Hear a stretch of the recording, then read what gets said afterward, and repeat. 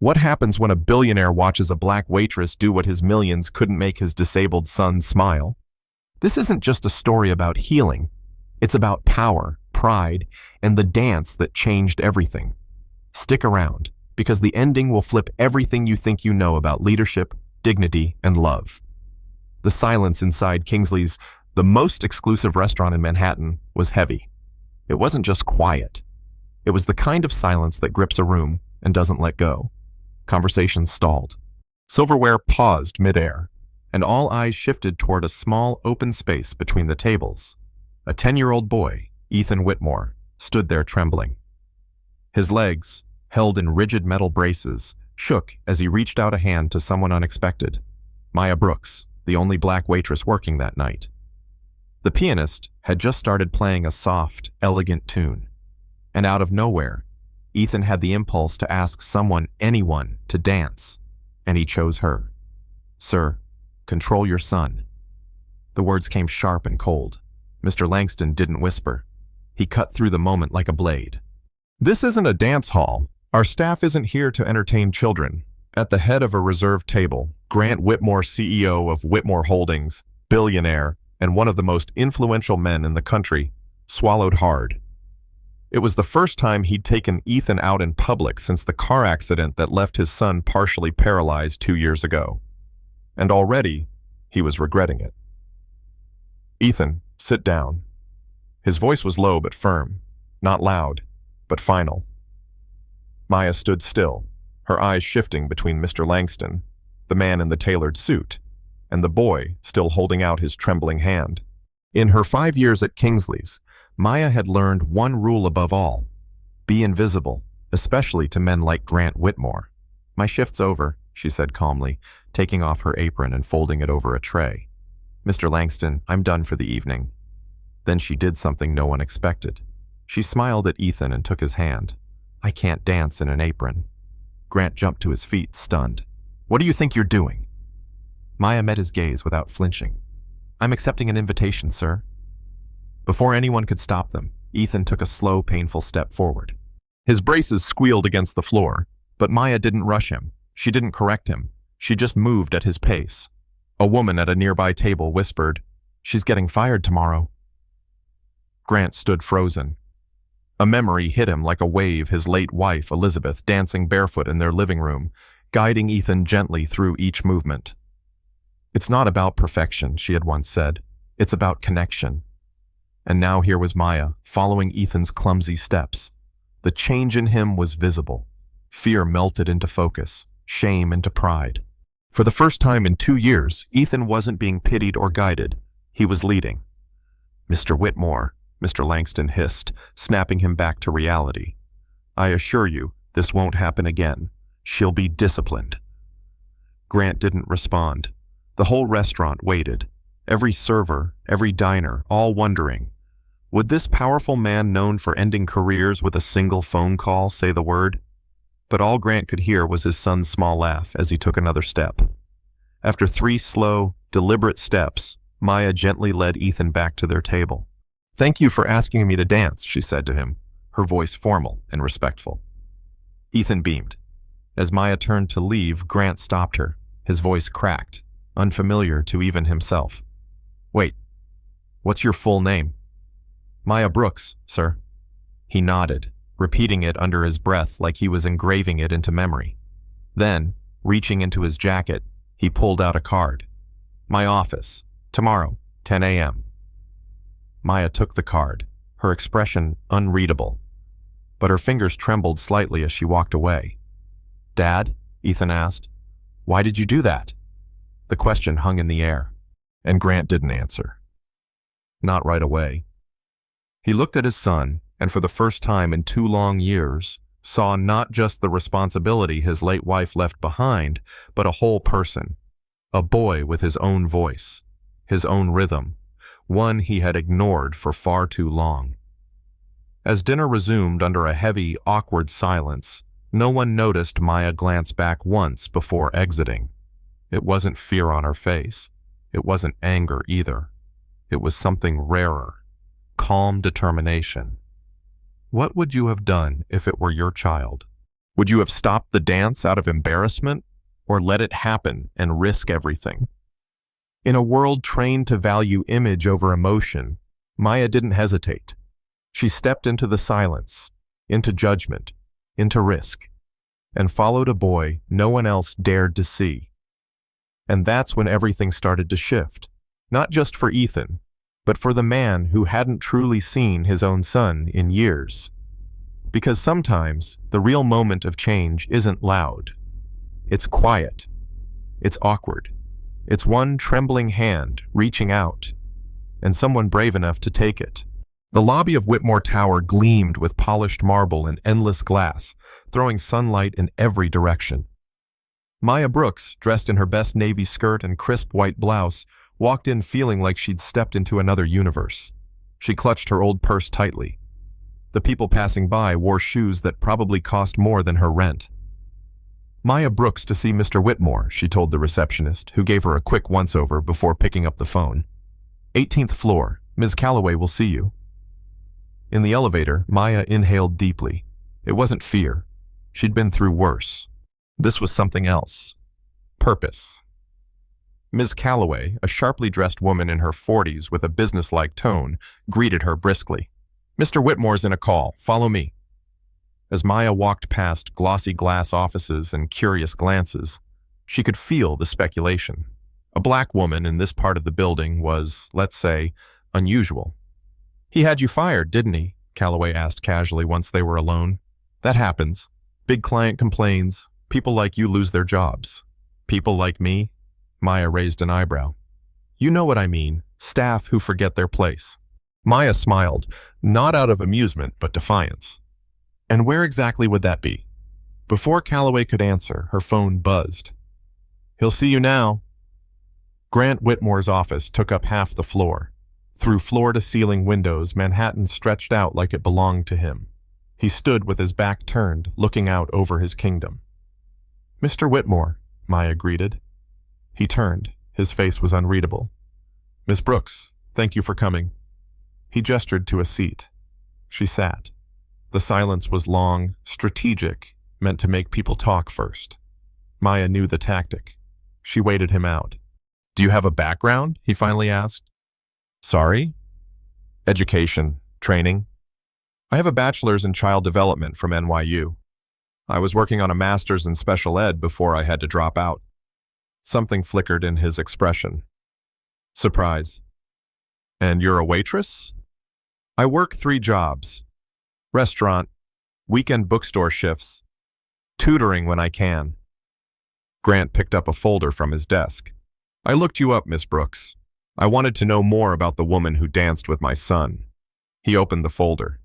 Inside were photos of a modest building. Freedom Steps, he said. You co-founded this?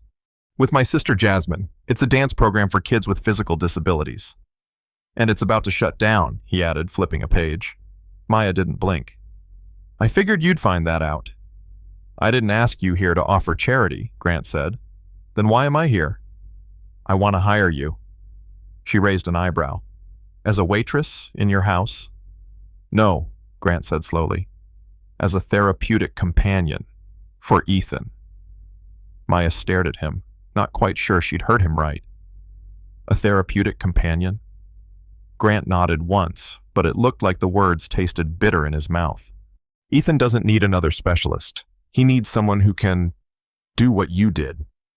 What I did was dance with your son. And for the first time since the accident, Grant said, his voice rougher now, he smiled. There it was. The crack in his armor. A truth he couldn't buy or delegate. And it shook him. I don't want a dancer, he added. I want someone who can follow him, not lead. That's what he needs. Maya leaned forward, arms on her knees. And you think that can be bought? I can pay you 5 times what you're making now. She stood. No. Grant blinked, stunned. He looked like he wasn't used to hearing that word, especially not in his own office. I don't work for people who see a price tag before they see a person, she said calmly. And I definitely don't work for people who think they can throw money at a problem and make it disappear. His jaw tightened. You're turning down a life-changing offer out of pride? No, out of dignity. Her tone never wavered. And because your son deserves better than someone pretending to care. She stepped toward the door, then paused. Ethan doesn't need more experts. He needs space, a chance to lead himself. You don't know my son. No, she admitted, but I know children like him, and I know the invisible cages adults build around them. Maya pulled a card from her purse and set it on his desk. Freedom Steps, Tuesdays and Thursdays at 4. First class is free if you're serious about letting him lead. She left without another word. As she stepped into the hallway, Ms. Calloway was already there, clearly having listened in. You just turned down an offer from Grant Whitmore, she whispered. Are you insane? Maya smiled. Maybe, but I'd rather be insane than someone's possession. Have you ever said no to power? Not just a job, not just money, but a man who could destroy your future with one phone call. Maya did. And in that moment, she wasn't just turning down an offer. She was turning the tables on everything Grant Whitmore thought he understood. About control, about compassion, about what real value looks like. Because the truth is, you don't need to be a billionaire to change a life. But sometimes, billionaires need people like Maya to remind them of that. And what happens next? Let's just say Grant Whitmore is about to walk into a place no amount of money prepared him for. A room where children lead. And adults learn to follow. The following Wednesday, Maya was behind the desk at the community center when her sister Jasmine rushed in, breathless. There's a Bentley parked outside. Maya raised a brow. Like, a real Bentley, Jasmine insisted, adjusting her hijab nervously. You won't believe who's in it. They peeked out the window. There it was, shining like a spaceship. And in the back seat, Ethan, peering out with wide, anxious eyes. Grant was in the front, hands gripping the wheel like he was holding on to his last bit of certainty. He's not coming in, Jasmine predicted. Men like him don't step into buildings like this. Don't underestimate the power of a determined son, Maya murmured. The car door opened. Ethan got out slowly, adjusting his braces. And then, to everyone's surprise, especially Jasmine's, Grant stepped out too. Casual pants, sweater, still screaming billionaire, but at least he tried. Maya watched them both approach, something softening in her expression. You didn't answer my question, Jasmine whispered. What exactly did you say to him? Maya didn't reply, but her eyes sparkled with something deeper, something quiet and unshakable. What no one knew, not even Jasmine, was that under Maya's bed in her tiny Bronx apartment was a thick, battered notebook. Inside were pages and pages of research, observations, plans, notes about children like Ethan, and men like Grant Whitmore. This wasn't just about one dance. It had never been. Freedom Steps didn't look like much. An old warehouse turned community center. The walls were lined with handmade posters. Your rhythm, your rules. Every move counts. Inside, kids with walkers, wheelchairs, crutches, and braces danced freely to a light beat. Not perfectly, not in sync, but joyfully. Grant stepped inside and immediately stiffened. This looks chaotic. There's structure, Maya replied, her voice patient.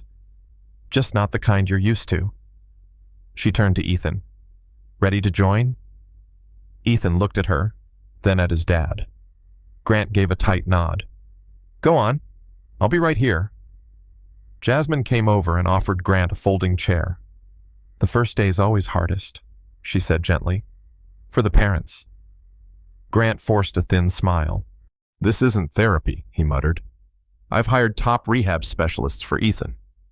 And how's that working for him? Jasmine asked. Before he could answer, the studio door opened. A woman with silver braids and a cane walked in like she owned the place. Dr. Evelyn Hartman, Jasmine whispered. Neuroscientist. Brain plasticity. Retired Harvard faculty. The woman moved through the studio like she'd been there 100 times, greeting children, observing carefully. Eventually, she spotted Grant. Mr. Whitmore, she said, clearly amused.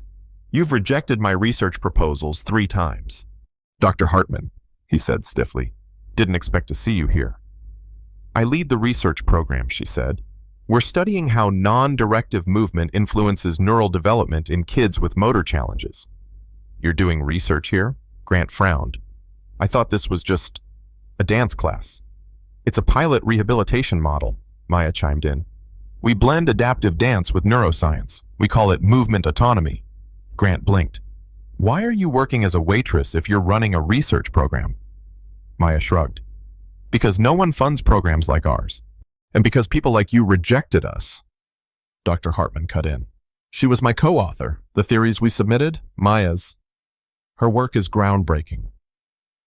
Grant looked from one to the other, slowly putting the pieces together. You recognized me at the restaurant. Maya nodded. The moment you walked in. And the dance, was it staged? No. Ethan made a choice. I just followed. Suddenly, a commotion near the front door. Reporters.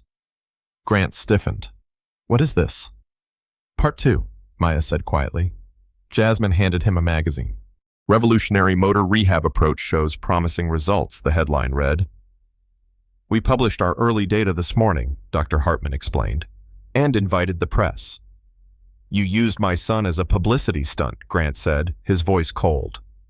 Maya gestured for him to follow. She led him to a side room filled with photos of children. Each had notes about their progress, handwritten stats. One wall had an empty frame. What's that for? He asked. Our future. A real rehab center. We could help 500 kids a year instead of 50. He stared at her, eyes narrowing. You planned all this. The dance, the invite, the timing. I saw a door and walked through it, she said simply. When you canceled our meeting without reading the proposal, I made a promise I'd find another way. Before he could reply, Jasmine burst in. It's Ethan. They rushed back into the main studio. The music had stopped. The chatter had quieted. Everyone stood in a hushed circle, watching one boy at the center of the room. Ethan. He'd taken off one of his leg braces and was standing wobbling, trying to balance with just one support. Ethan! Grant stepped forward, alarmed. Maya gently stopped him. Wait, she whispered. Let him try. Grant hesitated. The whole room held its breath. Ethan took a deep breath, focused, and slowly, shakily, he stepped forward. Just one step. But it was his. No one guided him. No one held his hand. No therapist corrected his posture. He owned it. The children around him burst into cheers. Even the reporters, so used to canned success stories, froze in stunned silence. Flashes went off, cameras clicked. And Grant Whitmore, man of control, ruler of boardrooms, stood motionless, his face breaking into something rare, raw emotion. His eyes welled, but he didn't blink it away. Maya stepped beside him. That's why we started Freedom Steps, she said softly. It's not about perfect movements. It's about first steps ones they take on their own. Grant looked at his son, and for the first time saw not a condition, not a challenge to be managed, but a person discovering his own strength. He let out a long breath. All of this, could have been done without manipulating me. Maya didn't flinch. It could have, if you'd returned our calls. If you'd read even one of the 3 proposals we sent. Behind them, Ethan continued practicing his step with a quiet determination. A reporter finally broke the silence. Mr. Whitmore? She asked, stepping forward. Could you comment on your visit today? Is it true your foundation rejected funding this program 3 times? Grant looked back at the crowd of journalists, their microphones and cameras now locked on him. He looked at Ethan, and then he smiled. Not a performance, not a PR grin, a real one. You know what's hardest for someone like me? He said, addressing the room. Admitting when we're wrong. Another hush. No one expected that. The Whitmore Foundation is committing to fund Freedom Steps in full, he continued, louder now. 5 years, a permanent rehabilitation center, everything they need to expand this model. A collective gasp swept the room. Reporters jumped into action, capturing every word. Jasmine squeaked, unable to hide her shock. Grant held up one hand. On one condition. Maya tensed. That Ms. Brooks retains complete control over the program and its methods. No corporate interference. Her eyes widened. She searched his face for a catch. There wasn't one. Camera flashes exploded again as everyone scrambled to document the unexpected. The man who once refused to listen had just given Maya the green light to change everything. 3 months later, bulldozers cleared an empty lot on the edge of the Bronx. The new Freedom Steps Rehabilitation Center was rising from the ground. Not flashy, not extravagant, but practical, thoughtful, and full of color and light, designed with direct input from the children and families who would use it.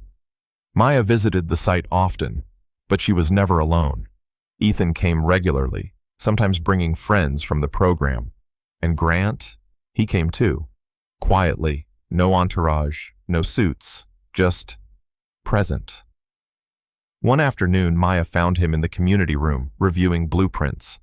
"I didn't think you'd actually show up to board meetings," she teased.